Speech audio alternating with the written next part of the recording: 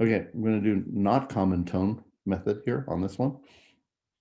And again, you should be saying the formula so that it's in your head. If you need the paper, you can refer to it, but hopefully you can get away from that. If you're doing this correctly and you're doing it well, then try one of these, then turn on the video or pause the video until you're done and check and see if you did it right. Okay. You can, of course, do some of these along with me if you like, but I think it's better if you do the work on your own first and then see how you did. You can learn through watching the grading process on work that you've just done recently. All right, so not common tone is basically everything that common tone is not. You're going to go base root to root like we always do on all of these, but then basically all the other notes are going to move in the same direction to the next chord tone. Okay, we use this method when the common tone method doesn't work. So you can see right here also, just getting back to this, that this is step, step, common tone, right? But here we're going to have two of them that go by thirds, I think, and one, at least, yeah, two of them that are going to go by skips, and one that's going to go by step, I think. There's no common tones. Well, let's take a look. This is a G chord right here, G, B, D. This is a C chord right there, C, C, E, and G. We're going to want two Cs, right? This is coming down. So it's tempting to hold this common tone over like we did before, but we're not doing common tone. Since this is the direction we're moving, move all these guys down to the next tone, which is an E right there. So I've got a G, got a C, I've got an E. This guy's going to step down. Notice that two of the voices had to skip to get to their notes and one had to step. No common tones. Okay. Let's do the next one. This is a D chord, D, D, F, A, right? This is a G chord because it's my root right there, G, G, B, D. Remember, I know this because all of these are in root positions.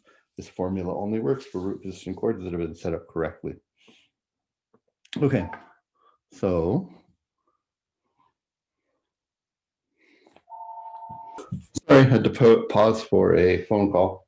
Let's try this again. So this is heading downward, so all of these guys are also going to go in the same direction. Okay, so if I'm going to a G, G, B, D, then this F is going to come down to the D right there.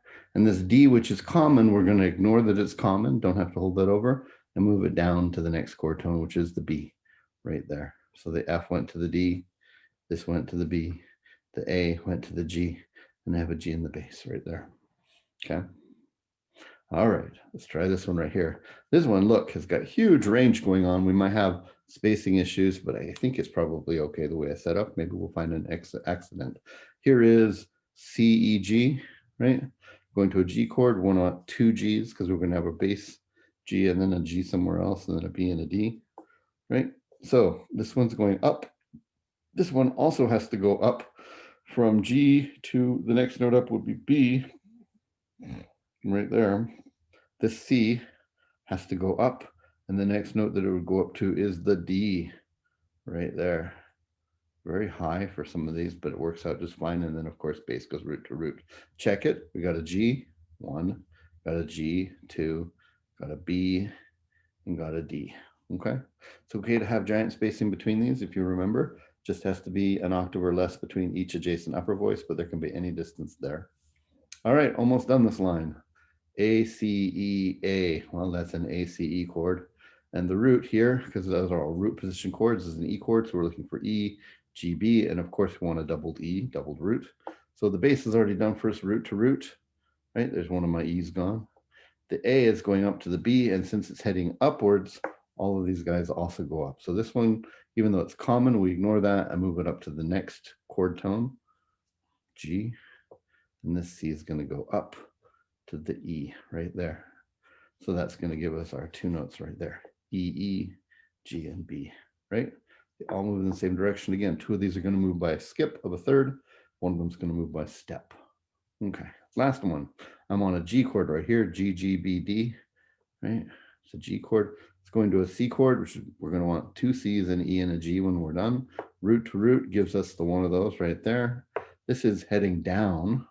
gives us the other C, which means these guys are also going to go down to the next chord. So G is going to go down to the E right there, and the B is going to go down to the G. This is less common than common tone. That doesn't get its name because of that. But basically, when you're connecting chords that are a fourth or a fifth apart, see if common tone works. There is a formula that can tell you when you look at the melody whether or not you have to use common tone or not common tone, but don't worry about that right now. Just look at this and see if it works. And if it doesn't work, try this one here.